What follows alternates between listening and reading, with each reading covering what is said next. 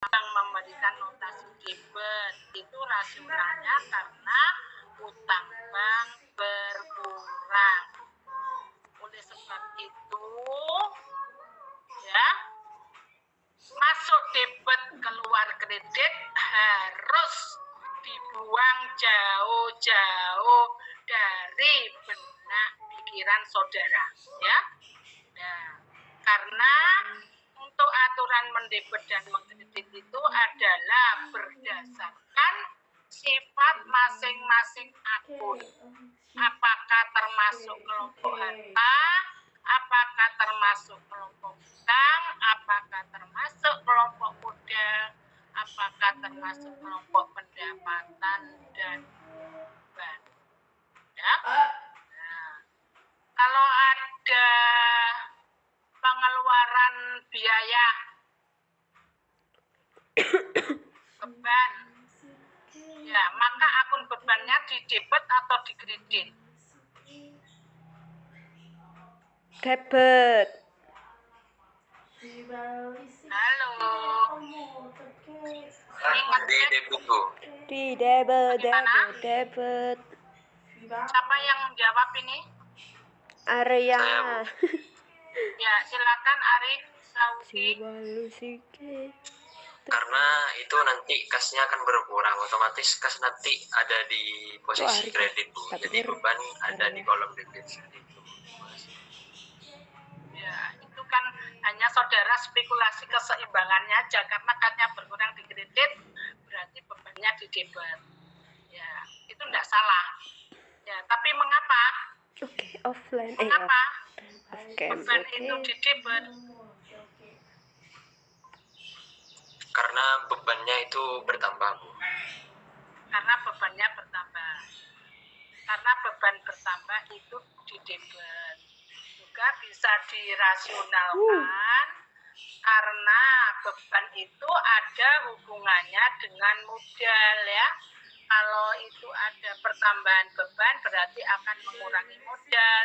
Modal berkurang di debit, modal bertambah di kredit. Atau kalau tadi dikelompokkan ke beban, kalau beban itu bertambah di debit, kalau beban itu berkurang di kredit. Jadi nanti memang saudara tidak boleh hanya berspekulasi, tetapi saudara harus tahu apakah termasuk kelompok harta, utang, dan modal. Ini penyebaran kembali. Ya, tolong nanti yang belum mencermati buku tabungan, salah satu contoh aplikasi untuk aturan mendebit dan mengkredit itu tolong nanti dibuka kembali dan dicermati kembali ya, supaya saudara tidak hanya menghafal saja tetapi juga memahami ya. Masuk debit keluar kredit harus dibuang jauh-jauh dari benak pikiran saudara. Dan silakan melesankan untuk angka itu harus lengkap ya. Tidak boleh 1.500.000 dengan 1.500.000 udah berbeda, tulisannya berbeda, melesankannya juga berbeda ya, maknanya. Alisa udah nih. Sekarang saya lanjutkan yaitu terkait dengan kemarin yaitu pembentukan dari kas ya, kas kecil ya. Jadi mengapa kas ini perlu ada pengendalian? Karena ada kerawanan ya, dan tidak mungkin bahwa misalnya pimpinan atau pemilik perusahaan itu memegang kas kalau misalnya perusahaan itu sudah berkembang besar, sehingga ada pendelegasian wewenang ya. Sehingga bagaimana cara untuk mengamankan kas ya, supaya juga tetap dalam keadaan aman tetapi tetap juga mempunyai sifat yang paling liquid. Kalau saudara cermati di neraca itu bahwa akun kas itu adalah termasuk akun yang paling liquid ya, biasanya diletakkan yang paling atas ya. Neraca sebelah debit, kas itu adalah ditulis yang pertama. Itu menunjukkan bahwa kas itu adalah termasuk harta yang paling liquid. Maknanya apa? Bahwa kas itu mudah untuk dirubah menjadi aktiva apa saja. Kalau misalnya mau diubah menjadi peralatan ya, itu juga langsung bisa dikeluarkan dari kas untuk membeli peralatan, untuk perlengkapan dan aktiva-aktiva yang lain. Nah, uang kas ini ya adalah bagaimana cara mengendalikan tetapi tetap mempunyai Iya kan sifat kayak gini, Mbak. liquidnya ya. Di bank ya, maka uang itu bisa disimpan di bank, lembaga keuangan bank. Ada berbagai macam simpanan. Simpanan yang berbentuk tabungan adalah simpanan yang Berbagai macam pengambilannya bentuk simpanan. berdasarkan Wow. ketentuan tertentu. Dan saya juga yakin saudara tidak pernah membaca peraturan-peraturan yang ada di tabungan. Silakan nanti juga dibaca. Meskipun tadi saudara saya minta untuk melihat notasi debit dan kreditnya, untuk menganalisis dan untuk memahami. Silakan dibuka, dibaca aturan-aturan terkait dengan buku tabungan ya. Itu biasanya di halaman yang pertama, setelah dibuka di situ ada aturan. Mas Alvan sudah membaca aturan buku tabungan saudara, aturannya?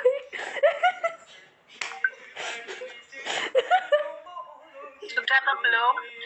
Ya, Belum. Mas Arya? Belum Ibu. Ya. Ahmad Chandra? Se.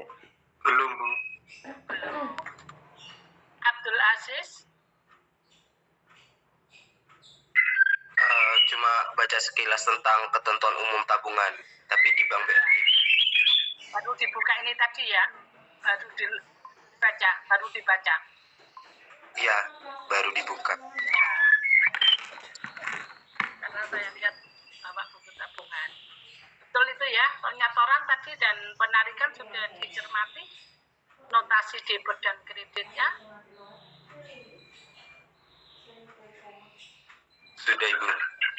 Sudah, betul ya, penyetoran kredit, penarikan atau pengambilan debit. Debit. Ya.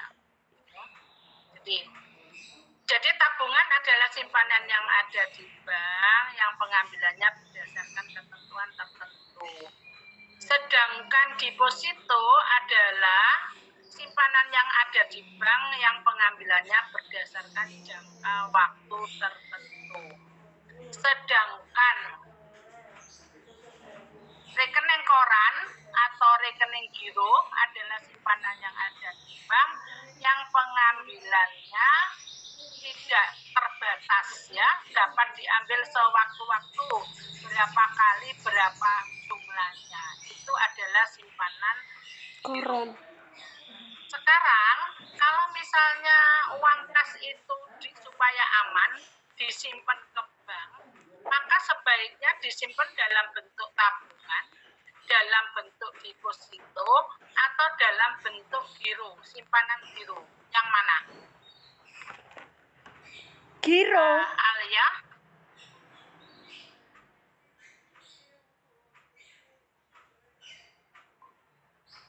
Mbak Alia?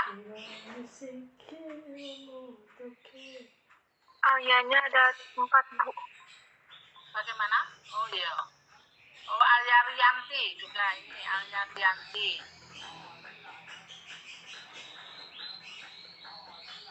Disimpan dalam bentuk apa Mbak? Di tabungan, di deposito atau di giro?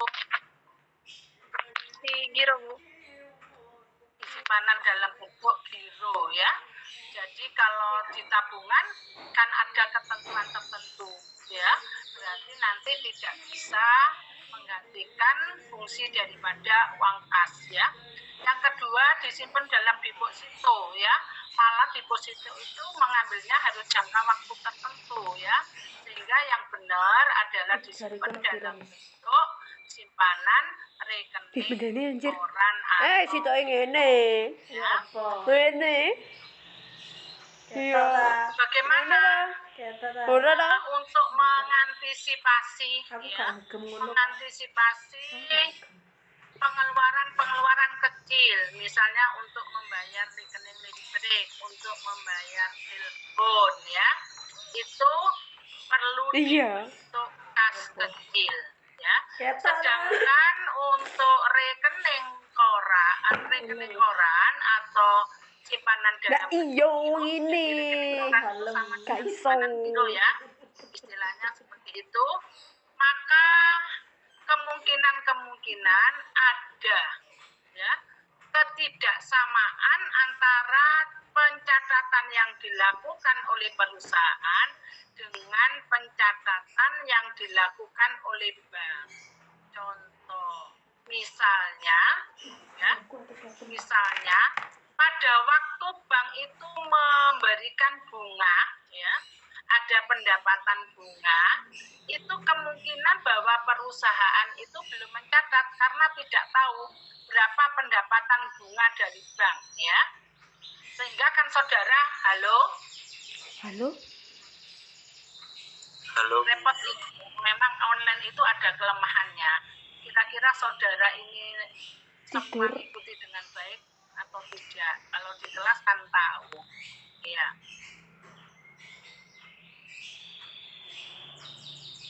Saya ulang, jadi dimungkinkan ada ya ketidaksamaan pencatatan yang dilakukan oleh bank dengan yang dicatat oleh perusahaan. Misalnya terkait dengan pendapatan bunga, ya. Bank sudah mencatat ada tambahan bunga.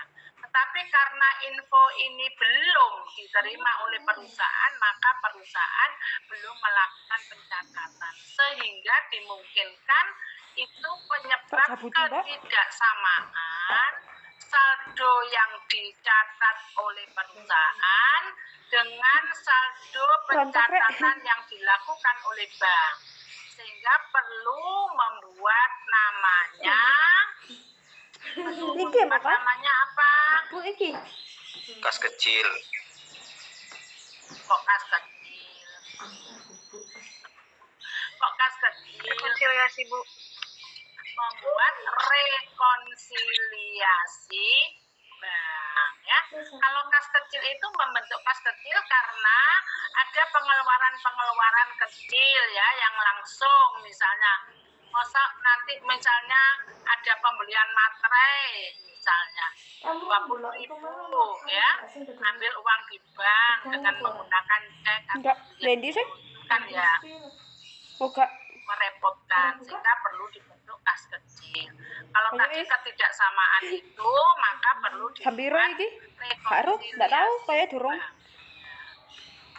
Kalau tidak salah kemarin saudara sudah saya suruh untuk belajar dan juga sudah saya kirim kalau tidak salah untuk contoh-contoh soal pembentukan kas kecil dan juga untuk rekonsiliasi bank. Pertanyaan Bu Lisa itu sudah dibaca kajiannya terkait dengan kas kecil dan rekonsiliasi bank, baik bukunya Al Hadiwarno Yusuf dan Rudianto, sudah atau belum?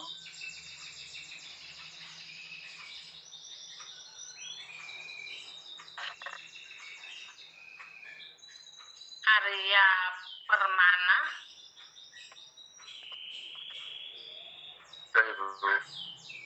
sudah saudara sudah menyalin ditulis tangan untuk pembentukan kas kecil dan juga untuk rekonsiliasi bank. Ibu ini Ibu. Hah? Sudah. Ya, Bu.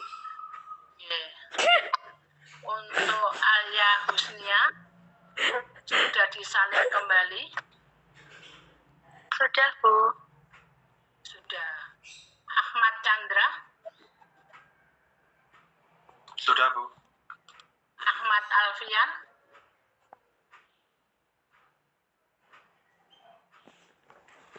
Sudah. Sudah, Bu ini. Ya.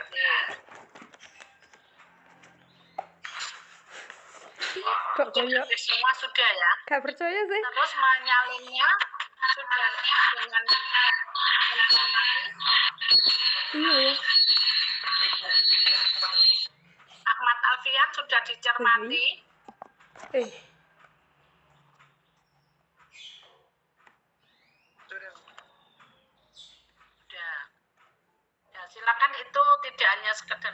tetapi tolong dicermati.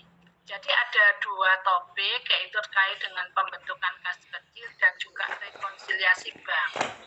Untuk pembentukan kas kecil, ya, itu perusahaan harus menafsirkan berapa yang akan diisi, ya. Untuk yang pengisiannya tetap, maka ada dua jurnal, yaitu jurnal pada waktu membentuk dan pada waktu mengisi kembali, ya. Pada waktu membentuk dan pada waktu mengisi kembali. Pada waktu membentuk itu adalah jurnalnya, kas kecilnya bertambah berarti di debit, sedangkan kas karena diambil uangnya untuk membentuk kas kecil berarti uangnya berkurang, maka kasnya di kredit, ya. Sehingga pada waktu membentuk itu jurnalnya adalah kas kecil debit, kas kredit. Terus yang kedua yaitu pada saat pengisian kembali. Pada saat mengisi kembali itu mengisinya adalah sejumlah yang dikeluarkan. Sehingga jurnalnya adalah mendebit pengeluaran-pengeluaran dan mengkredit kas sejumlah pengeluarannya. Ya, itu untuk yang kas kecil. Sekarang untuk rekonsiliasi bank. Halo. Kalau suka tepuk tangan satu, tepuk tangan satu, komitmen nanti. Konsentrasi. Untuk rekonsiliasi bank, itu yang perlu saudara ingat, yang pertama,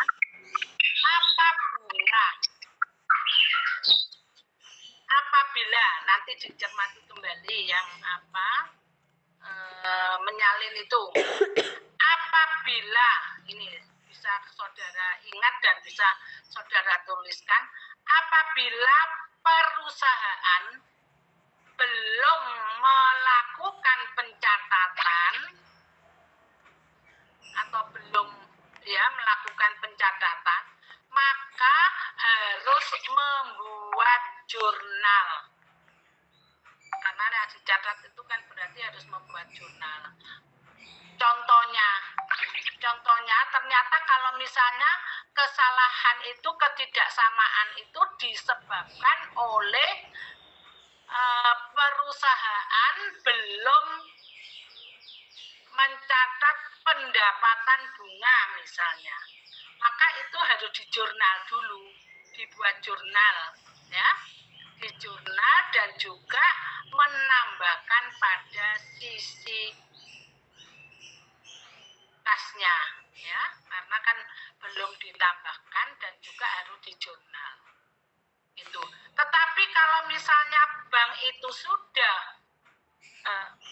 misalnya perusahaan itu sudah melakukan pencatatan, tetapi bank itu tanpa dijurnal. Ya. Contoh ini. Kalau misalnya perusahaan, ya, itu punya utang kepada saudara Ahmad Alfian, ya, mempunyai utang karena mungkin membeli barang secara kredit kepada saudara Ahmad Alfian, maka akan muncul utang, ya, misalnya.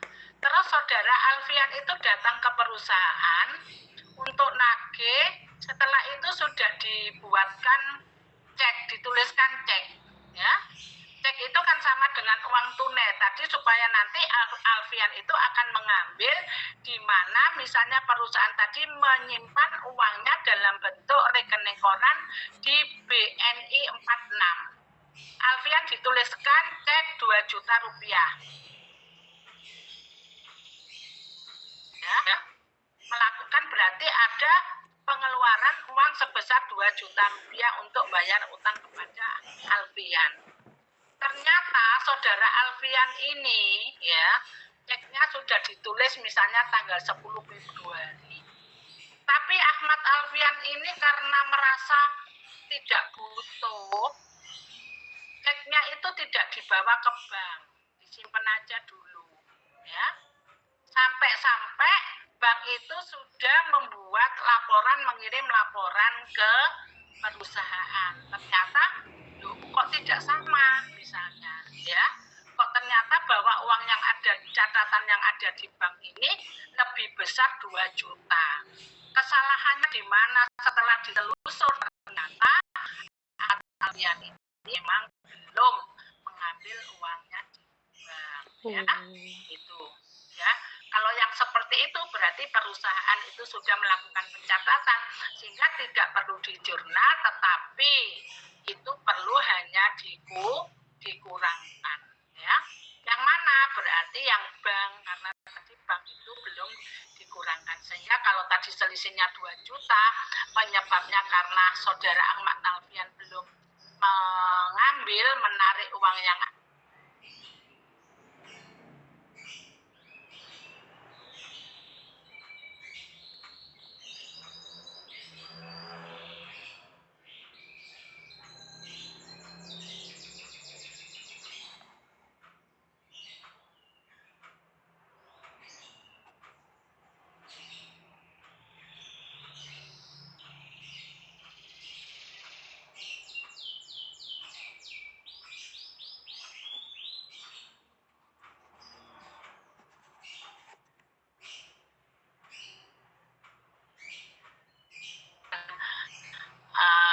pembentukan kas kecil dan juga rekonsiliasi bank. Sebelum saya lanjutkan, mungkin ada pertanyaan.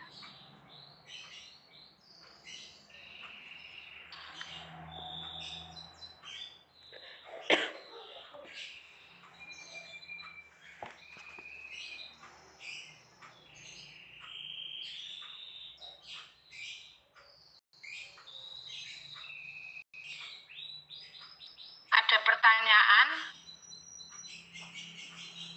Saudara menyalin itu kemarin sudah paham atau belum dengan tambahan penjelasan dari Bu Lisa?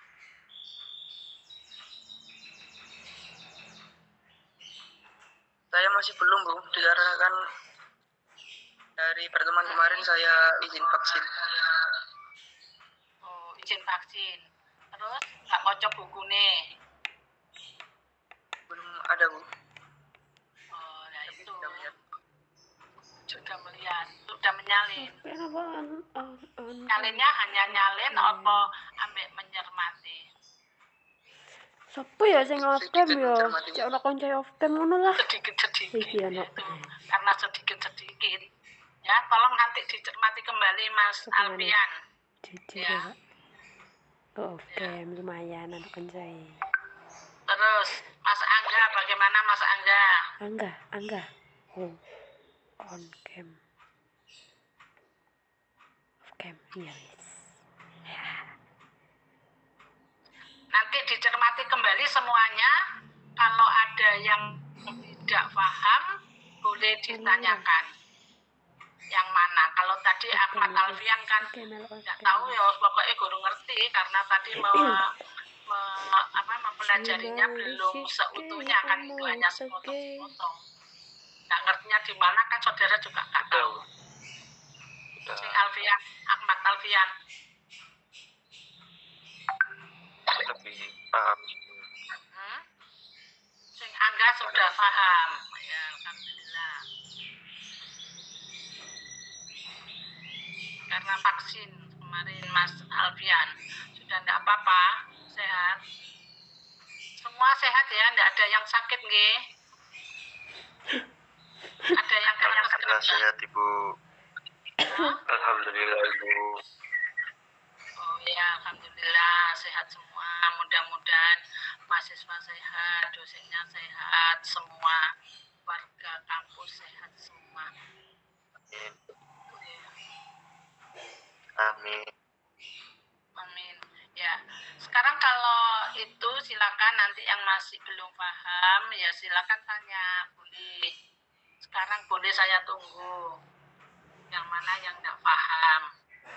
Kalau enggak pahamnya masih banyak atau bingung yang ditanyakan, silakan ini belajar kembali. Rajinlah selalu tentu kau dapat.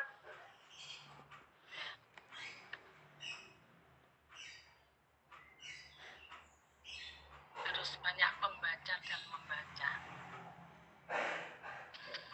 Sekarang saya lanjutkan, nanti untuk bahasan berikutnya itu adalah terkait dengan piutang. Ya, yang perlu saudara cermati ya begini. Piutang itu disebabkan karena apa? Ada apa? Kalau saudara kemarin belajar di pengantar akuntansi, ya, itu untuk menghitung laba pada perusahaan jasa itu adalah pendapatan dikurangi dengan biaya-biaya. Sedangkan untuk menghitung rugi laba pada perusahaan dagang itu kan secara garis besar komponennya adalah penjualan dikurangi dengan HPP, ya. Penjualan dikurangi HPP, sehingga bagaimana supaya perusahaan itu memperoleh keuntungan, maka juga harapannya hasil penjualannya itu cukup tinggi, sehingga perusahaan itu bisa menjual barang dagangannya tidak hanya penjualan secara tunai, tetapi ada menjual barang secara kredit, ya. Sehingga penjualan secara tunai itu akan memunculkan kas dan penjualan, ya. Sedangkan penjualan secara kredit itu ada keterkaitannya dengan akun penjualan dan akun apa? Kalau jual barang secara kredit. Alia Husnia. Piutang, Bu. Akan memunculkan piutang, bagus, ya. Jadi penjualan secara kredit itu ada keterkaitannya dengan akun penjualan dan akun piutang. Untuk materi selanjutnya nanti itu adalah berbicara masalah piutang, ya. Tadi piutang itu bisa disebabkan karena ada penjualan barang dagangan secara kredit, sehingga piutangnya adalah terkait dengan piutang dagang, ya. Dan juga ada piutang tidak hanya berupa piutang dagang, tapi ada piutang wesel, ya, ada piutang wesel. Tapi pada prinsipnya sifat akunnya adalah sama, yaitu di debit apabila bertambah, di kredit apabila berkurang untuk piutang, ya. Maka tadi keinginan daripada perusahaan itu supaya untungnya besar itu kan meningkatkan penjualan, termasuk tidak hanya penjualan tunai tapi penjualan kredit. Dalam penjualan kredit tadi itu akan memunculkan piutang. Nah, piutang ini dimungkinkan, ya, ada piutang-piutang yang tidak bisa tertagih, ya. Kadang memang orang lek utang itu kan seneng, ya, tapi lek balik none angel, ya. Maka pada perusahaan itu ada piutang-piutang yang tidak bisa ditagih. Maka nanti juga piutang-piutang yang tidak bisa ditagih itu ditabjeb dan juga dicadangkan. Jika nanti bagaimana sih ternyata bahwa kalau ada piutang yang dimungkinkan tidak bisa tertagih, dicadangkan terlebih dahulu, nanti bagaimana untuk menjualnya dan seterusnya. Nah, itu nanti silakan saudara belajar di bukunya Al Haryono Yusuf, dasar-dasar akuntansi jilid 2 terkait dengan piutang. Terus bukunya Rudianto terkait dengan piutang itu bisa dibaca di pengantar akuntansi Rudianto pengantar akuntansi, dan juga akuntansi intermediate karangan Rudianto. Tolong itu dibaca, ya. Sekarang sumber belajarnya itu cukup banyak. Yang inti tadi sudah saya beri, saudara juga tidak menutup kemungkinan untuk belajar buku-buku yang lain. Jadi tidak ada alasan misalnya saya belum punya buku dan seterusnya, ya. Silakan untuk pertemuan siang hari ini, kalau memang tidak ada pertanyaan sudah saya anggap cukup. Nanti untuk minggu depan akan kita bicarakan terkait dengan piutang, ya. Terus untuk mohon maaf mungkin pada waktu saudara menempuh mata kuliah pengantar akuntansi, apakah sudah menerima materi terkait dengan persediaan?